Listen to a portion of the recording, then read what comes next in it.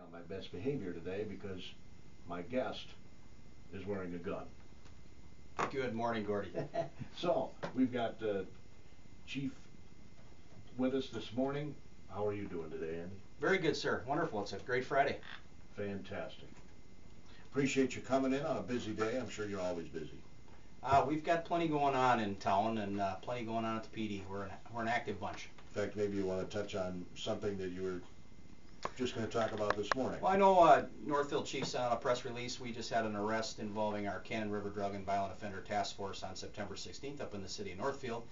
It was really a collaborative investigation with the Alcohol, Tobacco, and Firearms Federal Division, and great work.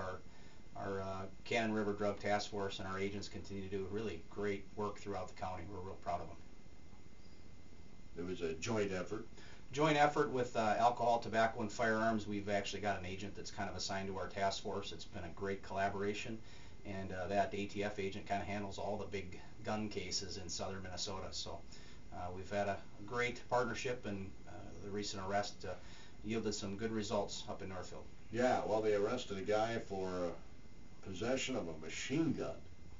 Yeah, that's what the ATF, that's the kind of stuff they look for. So it was a good case. We're real proud of it. And again, our task force continues to have good drug investigations and violent crime investigations and gun investigations, and they've made a big impact in our community, and we're real proud of the work that they're doing. Definitely a proactive bunch. I would think that would be kind of scary for officers to know that people are armed with machine guns out there. Well, I think they're out there, and you know, certainly the ATF has pretty strict rules about who can have those and who can possess those. Yeah, thankfully so. Yeah, absolutely. I don't know that I want my next door neighbor to have a machine gun. Well, I'm certainly a gun rights guy. You know, I've certainly been a hunter my whole life, and there's reasons for firearms, but the ATF's pretty particular about certain types of weapons that civilians probably shouldn't have. Right. So how are things going at the Faribault Police Department? Are you at full force right now? We're not quite there. We've still got a couple officers that we've got to replace. We've got a Purple Heart Award ceremony on September 22nd. We're going to award a couple of our officers who have left our department that were injured really in the line of duty. Two careers ended very young. They got hurt on the freeway, got hit about 64 miles an hour. So we're still trying to backfill those spots. We'll be recognizing those officers who have left our agency. We'll be recognizing them in September. So we've got a couple spots to fill. The council is looking at the budget into next year and to see where we're going to be at. But for right now, we're authorized a certain number, and we've just offered jobs to 3 people that will be filling some replacement spots for now. That was pretty recent, wasn't it, the freeway? It was about almost 2 years ago, but it was, you know, a long battle. You know, when people get injured, it takes them a while to determine if they're able to come back to work. And again, 2 good officers, and we'll be recognizing them in September. But it's tragic anytime somebody gets hurt in the line of duty. You care to share who the folks are that are getting the Purple Heart? Yeah, Officer Maggie Hunt and then Officer Dustin Delmonico are the 2 officers that will be recognized on September 22nd in front of council. And this happened on the freeway? On the freeway. It was actually a morning. I was on my way to work, and I was tangled up in a mess of black ice on a cold winter day, and lots of accidents on I-35. I happened to be involved in gathering information on about a 7-8 car pileup a couple miles north of where the incident took place with our officers, and then they were protecting another officer on the freeway and got hit. They had their lights on and they were doing everything right, but just the road conditions were treacherous and dangerous. They got hit at a high impact, and both these officers' careers really kind of came to an end because of it. No, it's sad. It's very sad, and good people, and you don't like to see anybody get hurt, but it's sometimes the inherent risks of law enforcement, and it's a tough pill to swallow, but we'll recognize them, and we're hoping to eventually get back up to full staff. All right, sounds great. We're going to get a market update from the folks at Brownfield, and then we'll get more details from Andy. I want to talk about body cameras. It's the hot topic in law enforcement these days. We'll get his take on issues. He was talking about the task force having a joint news release from the Northfield Police Department, noting that the Cannon River Drug and Violent Offender Task Force, Bureau of Alcohol, Tobacco, and Firearms, other law enforcement partners announced a recent arrest in Northfield Wednesday morning at 10. The Cannon River Drug and Violent Offenders Task Force, the Northfield Police Department assisted special agents of the Bureau of Alcohol, Tobacco, and Firearms executed a search warrant in Northfield on Forest Avenue, and they arrested a man by the name of Edward Lastly on a federal count of possession of a machine gun. He was placed in the Rice County Jail, later transferred to federal custody, has been charged in federal court. He was charged yesterday, and the arrest, the result of a lengthy investigation by folks, Rice County members of the task force. The case, they say, helps improve the safety of Northfield and Rice County communities, and your officers were involved in this too, Chief? They were deeply involved, along with, again, the agents of the Cannon River Drug and Violent Offender Task Force. And the thing we find is that just about any crime of violence or certainly drug matter, at some point there's some connection, sometimes, to firearms. So, we take one of our new goals as we restructured our drug task force is to not only focus on drugs and drug activity, but also crimes of violence and really firearms as well. Dealing with stolen firearms, illegal firearms, firearms involved in crimes of violence, and that partnership with the ATF has been very successful. Let's touch on body cameras, if you don't mind. It's really the hot topic in law enforcement, isn't it? It's definitely the way law enforcement is moving. I mean, clearly there's been a calling across the country from the Ferguson incident through many issues throughout the nation, and law enforcement in Minnesota is certainly being affected by it. There's many agencies that are moving towards body cameras. I personally would like to see body cameras even on our own officers. I know much of our officers are also in favor of that. It kind of shows from the officer's perspective sometimes what they deal with. We do get complaints sometimes that will come in, and a body camera would be kind of nice to go, well, that's not really what happened. And for example, I know Burnsville Police Chief Eric Giesecke's been kind of a leader in this in the state of Minnesota, and been real active with the state talking about the benefits of it. And he's told me many times that complaints kind of leave the door when they find out the officers had body cams. The problem with the body cams is there's kind of a moving target as far as trying to figure out what is public data and what's private. We're just kind of waiting right now to see if we can sort through some of those things. Most law enforcement and the chiefs kind of feel that the body cam data really should be private, except for the subject that's on the camera. So if we go to a violent domestic and you've got, we're inside somebody's home and you've got footage of kind of the chaos that's going on, officers tend to see some strange things. I really don't think that's stuff that should be public data. So, some of those things are still being fleshed out, but I certainly think before I see my retirement date, every law enforcement officer, I'm guessing, in the state of Minnesota will have a body camera. It'll be part of your standard uniform. Absolutely. It'll be just like the cameras in the squad cars and the tasers we carry and the other equipment that we utilize on a daily basis. And those cameras in the squad cars have been very beneficial, right? Very beneficial. We use them if we have any really high speed incident that's involving our squads, DUIs. You have a mic on now, so when you get out of the squad car and your camera's on, the microphone will capture your conversation with anybody that we deal with in the public. And oftentimes those have been very beneficial for court, because if you have a DUI and somebody steps out of their car and they puke on their shoe and they fail a bunch of field sobriety tests on camera, it's pretty hard to go into court and say that's not factual. So they're very beneficial. Yeah, and that's what you're thinking. It protects the officer as well as the individual that's being arrested.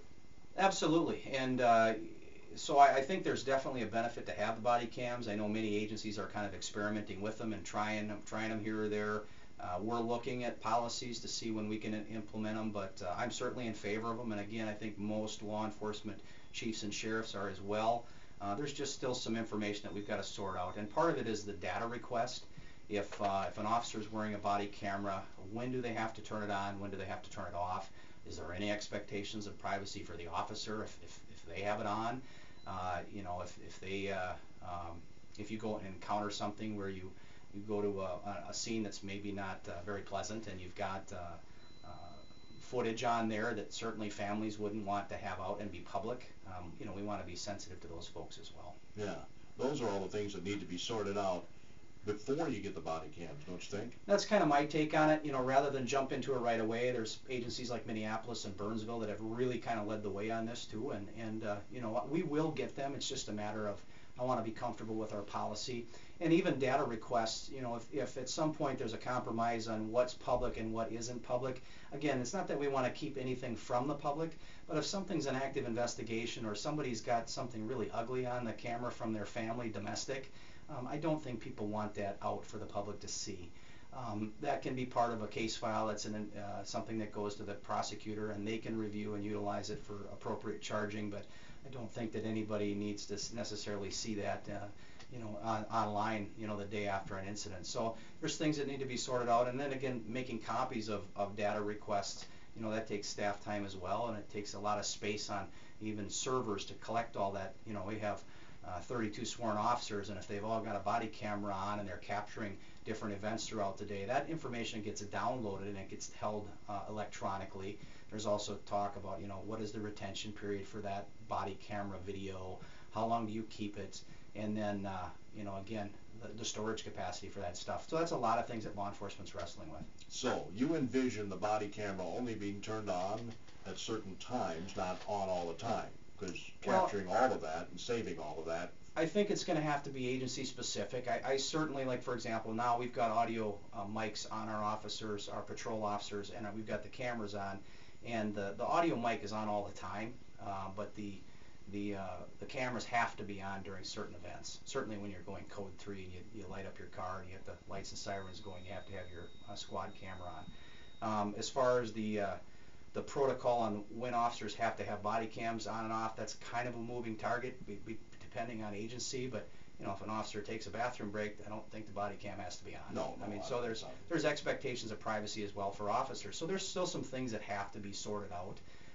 But for right now, we're looking at good policy, and when we get one, we'll move forward with it. Do you think the state might come up with some guidelines so that it's uniform across the state? If I get arrested in Northfield versus Faribault or Lonsdale or wherever, well, you have different policies all over the place? I think best policy, the Minnesota Chiefs of Police have come up with a policy. We've got several law enforcement leaders that have been very proactive. So, I mean, I think there's good policies out there, but again, the separating public and private data on some of these cameras is really kind of the big thing, that the last piece that we're trying to sort out.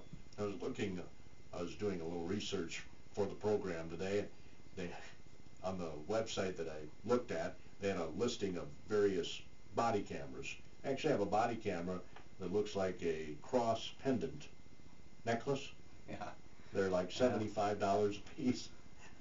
I thought that was kind of interesting. Well, they've got a lot of different kinds out there. I know there's several vendors that are pretty prominent with law enforcement, and you know, they got to be a little ruggedized and water resistant, at least being the elements that we deal with. So, and they've got to be durable because and they have to be simple. I mean, I always tell the vendors, you know, we want simple, on, off, and something that's not going to break on us. So cops tend to deal in sometimes a rugged environment. Yeah, well, I was thinking that myself, and in Minnesota too, with the various temperatures that we deal with. Well, even that's something we have to think about. You go from a warm squad car out to a very cold night. What does that do to the lens, and what kind of video are you going to capture? So I'm sure a lot of these vendors have looked at those things, especially in Minnesota weather. As long as I've got you here, recently cameras were posted downtown. Has that been working well here in Faribault? It's been working really well. We've got a series of like 3 different intersections where we've got really a set of 4 cameras on each intersection, and they're spanning all different directions, high resolution 5 megapixel cameras, and it's worked out really well. So, you know, if we have anything we want to go back and look at or investigate, we've been able to go back on that footage and gather license plates and capture, you know, faces and try to figure out who people were. We had an assault here a couple months back, and that was beneficial to help us capture who was involved in that. But again, they're nice to have. It's nice to go back if we have anything that we need to take a look at. In fact, Paul Panofsky says we're going to get a camera out at the bike trail, White Sands. I know they're looking at getting a camera out there at the dog park. Yeah. Yep. So I don't know that that'll tie into our system necessarily. What we've got downtown is a system that ties right to the police department, so it records on a DVR. So we've got about a 2-week period that we keep recording. So, you know, if we get anything reported to us, we can go back within 2 weeks and try to pull that footage up. So it's not saved forever then? It's not saved forever, no. Again, it's storage capacity is only limited. So, but we save it about every 2 weeks, then it records over itself. But usually within a 14-day period is enough time for us to go back if we have a report of car that hit another car in a parking stall, or somebody that was involved in an incident, we need to go back and find some information and video on that. We can go back and do that. Is there information, Chief, that you'd like to get out to the public here listening today in the Faribault area? There's certain information on anything. What I would mention, Gordy, is we're having a pretty big impact, I think, with a couple of our programs. I talked about the Cannon River Drug and Violent Offender Task Force, but they're really making a difference going after some of the drug activity and the violent behavior of some individuals in our community in Rice County. And even the word's kind of getting to our agents now that it's really not cool to be hanging out in Rice County if we're going to cause trouble. So we're seeing us kind of push some of those problems out of Rice County and out of our community, which is good. I think in combination with the crime-free multi-housing program, that's been very effective. Sergeant Mark Krennick and Supervisor Doug Delisha have both been very, very active with that program, and I think we've evicted between 20 and 27 people already who have been problematic tenants, and these are folks that have constant problems where police are being called. It's a program that we're always trying to catch up on because you push one problem tenant out of one rental, sometimes they land on another lily pad that's in our community, and we have to make sure we follow up and keep pushing them and say, you know what, you've already been evicted, you've already caused a lot of criminal activity, this is not really a place for you to rent. And we're seeing an impact on that, and we're hearing that even from some other smaller communities that some of our problem folks seem to be moving out of the Faribault area, which ultimately is, I think, probably between crime-free and the drug task force, probably two significant factors for our reduction in crime. Sure, that murder suspect from Rochester who ended up here, and you guys had to get him out of that house. That wasn't the first time that house had been. No, it was a house we were familiar with, and we kind of had on our radar with crime-free multi-housing, and this is just one of those things. That property owner is working with us now and dealing with that family, but the people that are causing, it's a very small percentage of people that cause the majority of the problems, and those are the folks we're trying to keep the pressure on, and I think that's one of those programs along with the drug task force that's really got a double year of reduced crime rate. We're down 22.2% in Part 1, Part 2 crimes in Faribault. So that's a significant change because you never really see 2 years in a row where it's declined. So I think both these programs are having significant impact. And you know what? Faribault's a great city, and we're real proud of the men and women in the police department. And they got a tough job, but these two programs I think have been clearly instrumental in making a difference. And the positives of our location also can be a negative, our location. We're right between the cities and Rochester, Absolutely. I mean, we're right off I-35. There's a lot of, within 30 minutes you're in the metro, and with that is ease and convenience of getting around, but also with that is sometimes a criminal element that we want to make sure that their stopover isn't in our city. Right. I mean, well, for example, gangs. We have any gangs in Faribault? I would guess so. Well, I think there's gangs in any city. We certainly have groups that are active, and again, another reason for our Cannon River Drug and Violent Offender Task Force. One of their missions is to deal with gang problems, and if there's people that are causing trouble and they're affiliated with a criminal gang in Rice County, our people are pretty on top of that and pretty aggressive at dealing with that. Winter's just around the corner. You have any winter driving tips for our listeners? Well, slow down. It seems like everybody gets that lesson the first day we get that dusting of snow and get a little black ice on the road, and people tend to forget the first day that you need to give yourself a little extra time getting to work and give yourself a little extra space from that car in front of you. One of the best tips I ever got was from a former police chief here in Faribault, Chief Weishauer, who said, put your vehicle in neutral as you're coming up to the stop sign, and it works. Yep. Give yourself a little extra time and a little extra space, but I'm sure, like every police department and sheriff's department in the state, the first blast of snow and lousy, cold, freezing weather that we get will be writing more accidents. And of course, the state patrol, that's kind of what they get inundated with accidents on the first lousy weather we get. So it'll be coming. And now you're equipped with more four-wheel drives. Yep, since I've been here, we've equipped our fleet with all the all-wheel drive SUVs. They sit a little higher off the ground. They're pretty durable. Haven't had a lot of maintenance issues with them, so I think long-term they're going to be a good solution for our department. But a little better in the snow, and depending on what kind of weather we get, the all-wheel drive's been good as well, and our officers can get quicker and safer to certain response areas. So it's been a good move. Well, you never know what you're going to end up having to do, and it's nice to have that ability to go off-road if you have to. Yep, I grew up, I've been 26 years in law enforcement, and I started with the old Chevy Caprice and the Crown Victoria, the front-wheel drive and the rear-wheel drive cars, and I've gone through all of them, and for some reason I was able to get most places, but I think we struggled pretty hard. I remember at one point when I started my career, we used to have tennis rackets in our squad cars for dealing with bats. I used to take bat calls. And I remember wedging tennis rackets under my Crown Victoria a couple of times to try to get out of the snow. So thankfully with the all-wheel drive cars we don't have to do that. Wow, you still get bat calls? I don't know, I'd have to check with our records to see if we get many here, but I remember when I started my career in Austin, Minnesota, it seemed like we were always taking bats in somebody's house. That was usually not the most popular call you wanted to take, because even cops, I don't want to go and have to fight a bat. No, so no. It was not a fun call to take. So no. The radio would be pretty quiet when that call would air. You didn't see a lot of people volunteer to take that one. Yeah, that would be one where you wouldn't have the body camera on. No, you don't want to capture the officers screaming while they're trying to swing a tennis racket at a bat. Actually, some of these cop shows on television would probably love that kind of footage. Oh, I'm sure. And that's another thing to think about. I just thought about that. You know, when the body camera becomes reality, they're just going to have a heyday. Yeah, well, and that's one of those things. Even the body cams, if you see, you remember that old show Cops that used to be on all the time? One of the reasons they got questioned was, you know, they had people in those videos that didn't want to be in those videos, and it was all of a sudden public, and, you know, they ran into some issues there too, that not everybody in that video wants to be public. So just to give people an indication of a cost, obviously we're not Baltimore, but Baltimore County has just recently approved 150 officers to be outfitted with body cameras by next July. They had those riots in Baltimore. That's what prompted this issue. They're going to have 1,400 of them the following year. So July of next year, 150, kind of a test basis, I would assume. Then they're talking 1,400 the following year. That's going to cost, the first 5 years, an estimated $7.1 million. It's not just outfitting the cameras. They're going to have to hire, they believe, 21 additional people to manage the program. Yeah, I mean, certainly we're not Baltimore's size, but, you know, the cameras themselves aren't that expensive. They're about $500 a piece. So even if I outfitted just my patrol cars and I had, you know, let's say I had a dozen that were assigned out there, that's not a big cost. The cost for us really comes into a server space and how you save all this data.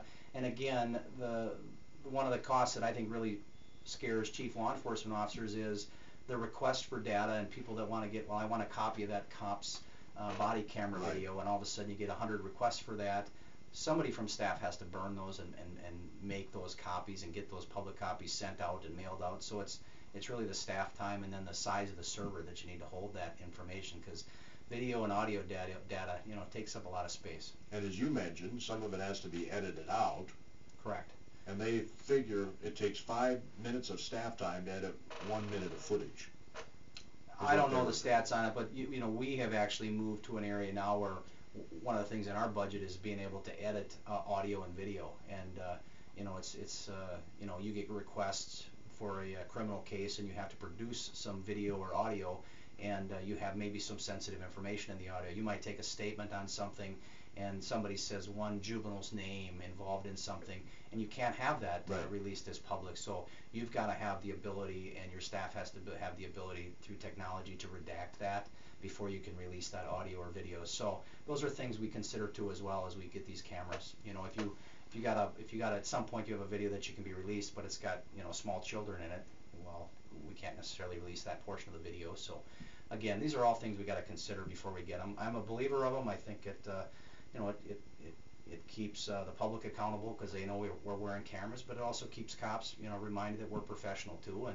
And I mean, police deal with some bad things, and it's not always bad to have a camera on a cop too, to go, all right, this is what I'm dealing with, and we're capturing at least from one point of view. You know, we think if a cop has a body camera on, it's going to capture everything. It may only capture one direction, you know, and sometimes things are coming at law enforcement from all different directions. So, but it's certainly a tool I think that would be beneficial to the officers as well as the public.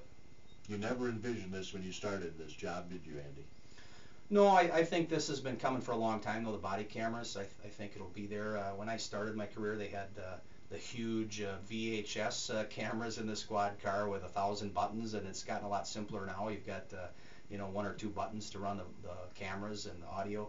But I definitely see that, you know, in my career, everybody will have a body cam, and it's probably good for everybody. Yeah, it protects, as I mentioned before, the officer and the individual being arrested. Absolutely. Or individuals being arrested. Anything else before I let you go? I don't think so, Gordy. Thanks for letting me visit with you this morning. Yeah, I certainly appreciate your stopping by. And again, a reminder, folks, the snow will be flying before you know it. John doesn't believe that, but it is going to happen. Don't you think, Andy? We'll see snow I'd someday. like to think we got a little time here No, before no, it I'm not flies, saying but, it's tomorrow or yes. anything, but it's going to come, and you might want to keep that in mind when you're driving. Please slow down anyway all the time. Yes, slow down, pay attention, put your phone away. Distracted Drive driving. safe. I see people on their phone all the time. All the time. We talked about this last time I was in studio, and that's one of those. It's going to be one of those #1 reasons for accidents is people looking at their smartphones. Just put it away. Yeah, no call is that important. Nope. Wait on it. Wait till you get there alive. Absolutely. And look at it. Thanks again, Andy. Thank you, Gordy. Certainly appreciate it. Andy Bohlen is the Chief of Police for the City of Faribault. Thought I'd plug some upcoming shows because we've got some good ones.